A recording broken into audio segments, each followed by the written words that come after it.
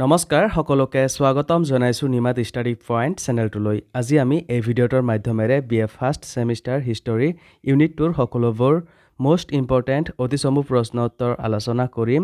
আজিৰ এই ভিডিঅ'টোত আমি যিবোৰ প্ৰশ্ন উত্তৰ আলোচনা কৰিম এইবোৰ প্ৰশ্ন উত্তৰ তোমালোকৰ এক্সামত প্ৰায়ে আহি থাকে, সো ভিডিঅ'টো প্লিজ শেষলৈকে চাবা। যদি তুমি এতিয়ালৈকে এই চেনেলটো সাবস্ক্ৰাইব কৰা নাই তেন্তে প্লিজ চেনেলটো সাবস্ক্ৰাইব কৰি দিবা আৰু এইটো ভিডিঅ' তোমালোকৰ বন্ধু-বান্ধৱী অথবা হিষ্টৰীৰ হোৱাটছআপ গ্ৰুপত শ্বেয়াৰ কৰি দিবা।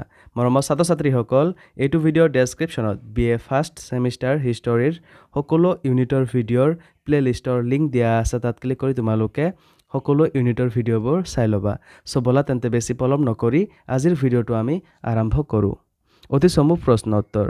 1 নম্বৰ প্ৰশ্ন, বৌদ্ধ ধৰ্ম আৰু জৈন ধৰ্মৰ প্ৰধান বৈশিষ্ট্য কি আছিল? উত্তৰ, বৌদ্ধ ধৰ্ম আৰু জৈন ধৰ্মৰ প্ৰধান বৈশিষ্ট্য হ'ল এই দুয়োটা ধৰ্ম ব্ৰাহ্মণ্য ধৰ্মৰ বিৰুদ্ধে গঢ়ি উঠিছিল। 2 নম্বৰ প্ৰশ্ন, মৌৰ্য বংশৰ প্ৰতিষ্ঠাতাজন কোন? উত্তৰ, মৌৰ্য বংশৰ প্ৰতিষ্ঠাতাজন হ'ল চন্দ্ৰগুপ্ত মৌৰ্য। 3 নম্বৰ প্ৰশ্ন, ষোড়শ মহাজনপদৰ সৃষ্টি কোন শতিকাৰ আছিল? উত্তৰ, ষোড়শ মহাজনপদবোৰ খ্ৰীষ্টপূৰ্ব 6ষ্ঠ শতিকাত জন্ম হৈছিল। 4 নম্বৰ প্ৰশ্ন, বৌদ্ধ ধৰ্মৰ প্ৰৱৰ্তক কোন? উত্তৰ, গৌতম বুদ্ধ হ'ল বৌদ্ধ ধৰ্মৰ প্ৰৱৰ্তক। মৰমৰ ছাত্ৰ-ছাত্ৰীসকল, ভিডিঅ'টো আগবঢ়োৱাৰ আগতে এটা সুখবৰ। তোমালোকৰ বাবে আমি অতি কম মূল্যত মাত্ৰ 49 টকাত BA first semester history complete question answer guide প্ৰস্তুত কৰিছোঁ, য'ত প্ৰতিটো ইউনিটৰ A to Z প্ৰশ্ন উত্তৰ বৃহৎভাৱে আলোচনা কৰা হৈছে। যিবোৰ প্ৰশ্ন উত্তৰ পঢ়িলে তোমালোকৰ পৰীক্ষাত 100% কমন পৰাটো নিশ্চিত। যোৱা বছৰ প্ৰায় 5,000ৰো অধিক ছাত্ৰ-ছাত্ৰীয়ে এই ই-বুকটো কিনিছিল আৰু তেওঁলোকে পৰীক্ষাত ভাল ফলাফল দেখুৱাবলৈ সক্ষম হৈছিল বুলি তেওঁলোকে জনাইছে। তোমালোকেও যদি মাত্ৰ 49 টকাত এই ই-বুকটো পাৰচেজ কৰিব বিচৰা তেন্তে এইটো ভিডিঅ'ৰ ডেছক্ৰিপশ্যন বা পিন কমেণ্টত দিয়া লিংকত ক্লিক কৰি ই-বুকটো ডাইৰেক্ট ডাউনলোড কৰি লৈ লোৱা অথবা স্ক্ৰীনত দিয়া হোৱাটছআপ নাম্বাৰত আমাৰ টীমৰ লগত কণ্টেক্ট কৰি নিশ্চিন্ত মনে ই-বুকটো পাৰচেজ কৰি লৈ লোৱা। ধন্যবাদ। 5 নম্বৰ প্ৰশ্ন, মৌৰ্য বংশৰ শ্ৰেষ্ঠ ৰজা বুলি কাক কোৱা হয়? উত্তৰ, অশোকক। 6 নম্বৰ প্ৰশ্ন, বৌদ্ধ পিটক কেইখন আৰু কি কি? উত্তৰ, বৌদ্ধ পিটক হ'ল 3খন। সেইকেইখন হ'ল বিনয় পিটক, সুপ্ত পিটক আৰু অভিধৰ্ম পিটক। 7 নম্বৰ প্ৰশ্ন, জৈন ধৰ্মৰ পিছলৈ কি দুটা ভাগত ভাগ হয়? উত্তৰ, জৈন ধৰ্ম পিছলৈ দিগম্বৰ আৰু শ্বেতম্বৰ নামে দুটা ভাগত ভাগ হয়। 8 নম্বৰ প্ৰশ্ন, অৰ্থশাস্ত্ৰ কোনে ৰচনা কৰিছিল? উত্তৰ, অৰ্থশাস্ত্ৰ কৌটিল্য বা চাণক্যই ৰচনা কৰিছিল। 9 নম্বৰ প্ৰশ্ন, মহাবীৰ কিমানতম তীৰ্থংকৰ আছিল? উত্তৰ, মহাবীৰ 24তম তীৰ্থংকৰ আছিল। 10 নম্বৰ প্ৰশ্ন, দেৱনাথ প্ৰিয় উপাধি কোনে গ্ৰহণ কৰিছিল? উত্তৰ, দেৱনাথ প্ৰিয় উপাধি অশোকে গ্ৰহণ কৰিছিল। 11 নম্বৰ প্ৰশ্ন, অষ্টমাৰ্গ বুলিলে কি বুজা? উত্তৰ, সৎ বাক্য, সৎ কৰ্ম, সৎ জীৱন, সৎ প্ৰচেষ্টা, সৎ চিন্তা, সৎ চেতনা, সৎ প্ৰতিজ্ঞা আৰু সৎ দৰ্শন বা সম্যক সমাধি, এই 8টাই হ'ল অষ্টমাৰ্গ। 12 নম্বৰ প্ৰশ্ন, কেতিয়া আৰু ক'ত বুদ্ধদেৱৰ মৃত্যু হৈছিল? উত্তৰ, খ্ৰীষ্টপূৰ্ব 486ত কুশীনগৰত বুদ্ধদেৱৰ মৃত্যু হৈছিল।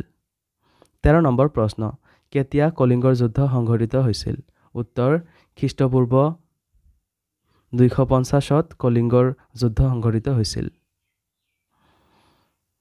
14 নম্বৰ প্ৰশ্ন, চন্দ্ৰগুপ্তই পৰাজিত কৰা ৰজাজন কোন আছিল? উত্তৰ, চন্দ্ৰগুপ্তই পৰাজিত কৰা ৰজাজন আছিল ধননন্দ। 15 নম্বৰ প্ৰশ্ন, হিনজানসকলৰ প্ৰধান বৈশিষ্ট্য কি? উত্তৰ, হিনজানপন্থীসকলে বৌদ্ধ ধৰ্মৰ পুৰণি ৰীতি নীতিকে মানি চলিছিল। 16 নম্বৰ প্ৰশ্ন, ধৰ্ম বুলিলে কি বুজা? উত্তৰ, ধৰ্ম শব্দই সাধাৰণতে বিশ্বজনীন নৈতিক নীতি বা ধৰ্মীয় আচৰণক বুজায়।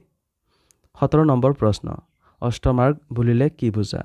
উত্তৰ, সৎ বাক্য, সৎ কৰ্ম, সৎ জীৱন, সৎ প্ৰচেষ্টা, সৎ চিন্তা, সৎ চেতনা, সৎ প্ৰতিজ্ঞা আৰু সৎ দৰ্শন বা সম্যক সমাধি, এই 8টাই হ'ল অষ্টমাৰ্গ।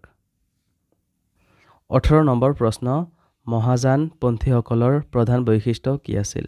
উত্তৰ মহাযানপন্থীসকলে বুদ্ধৰ মূৰ্তি সাজি ভগৱানৰ বাবে পূজা অৰ্চনা কৰিছিল 19 নম্বৰ প্ৰশ্ন সকলো প্ৰজাই মোৰ সন্তান কোনে কৈছিল উত্তৰ অশোকে কৈছিল 20 নম্বৰ প্ৰশ্ন মেগাস্থেনিছ কাৰ দিনত ভাৰতলৈ আহিছিল উত্তৰ মেগাস্থেনিছ চন্দ্ৰগুপ্ত মৌৰ্যৰ শাসনকালত ভাৰতলৈ আহিছিল 21 নম্বৰ প্ৰশ্ন যুদ্ধ বিজয়ক কোনে ধৰ্ম বিজয় বুলি কৈছিল উত্তৰ অশোকে ধৰ্ম বিজয়ক যুদ্ধ বিজয় হিচাপে ঘোষণা কৰিছিল 22 নম্বৰ প্ৰশ্ন অশোকে কোনটো পন্থাৰ পৃষ্ঠপোষকতা কৰিছিল উত্তৰ অশোকে হিনজান পন্থাৰ পৃষ্ঠপোষকতা কৰিছিল 23 নম্বৰ প্ৰশ্ন কনিষ্ক ৰজাই কোনটো পন্থাৰ পৃষ্ঠপোষকতা কৰিছিল উত্তৰ কনিষ্ক ৰজাই মহাযান পন্থাৰ পৃষ্ঠপোষকতা কৰিছিল 24 নম্বৰ প্ৰশ্ন প্ৰাচীন কালৰ তিনিখন ৰাজ্যৰ নাম লিখা উত্তৰ কাশী কোশল আৰু মগধ মৰমৰ ছাত্ৰ-ছাত্ৰীসকল আজিলৈ এইখিনিয়ে তোমালোকে যদি এতিয়ালৈকে মাত্ৰ 49 টকাত BA first semester history complete question answer গাইডটো পাৰচেজ কৰা নাই তেন্তে এইটো ভিডিঅ'ৰ ডেছক্ৰিপশ্যন বা পিন কমেণ্টত দিয়া লিংকত ক্লিক কৰি ই-বুকটো ডাইৰেক্ট ডাউনলোড কৰি লৈ লোৱা অথবা স্ক্ৰীনত দিয়া হোৱাটছআপ নম্বৰত আমাৰ টিমৰ লগত কণ্টেক্ট কৰি নিশ্চিন্ত মনে ই-বুকটো পাৰচেজ কৰি লৈ লোৱা ধন্যবাদ